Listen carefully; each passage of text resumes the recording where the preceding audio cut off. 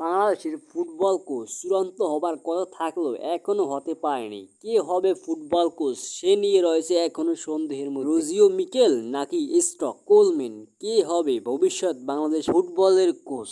স্টকের কাছে বেতন সম্পর্কে জানার জন্য বাফুফে ইমেল পাঠায় পেশাদার এই জার্মান কোচ ইমেল রেসপন্স করে জানিয়েছেন তার বেতন প্রত্যাশা, কিন্তু এরপরও এখন বাফুফে কথাই বলেছে স্টকের সাথে। এসব কি ফাজলামি নাকি অন্য কিছু? অন্যদিকে মাননীয় সম্মানিত সভাপতি জনাব মোহাম্মদ আওয়াল সাহেব মিডিয়াকে জানান রোববারের মধ্যে জানিয়ে দেওয়া হবে চূড়ান্ত সিদ্ধান্ত এবং কোচের নাম। কিন্তু আজ শুক্রবার চলে গেল, এখনো কোনো খোঁজ খবর নেই কে হবে আসল কোচ। কে হবে ভবিষ্যৎ বাংলাদেশের ফুটবল কোচ, ক্রিস কোলম্যান নাকি রোজিও মিকেল? বাফুফের এমন অপেশাদার কর্মকাণ্ড বিরক্ত হচ্ছে রোজিও মিকেল, যদিও স্টকে বিরক্ত হয়ে যান এবং কোলম্যানকে কোনো কারণ নিয়োগ না দেয়া যায়, তখন বাফুফের এখন যেটা মনে হচ্ছে তাদের কর্মকাণ্ড দেখে কিছুদিন পর এসে মিডিয়ার সামনে বলবে যে কোনো ভালো কোচই বাংলাদেশের কোচাতে রাজি নয়, তারা নিজেই আবেদন উঠিয়ে নিয়েছে, এখানে আমাদের কিছু করার ছিল না।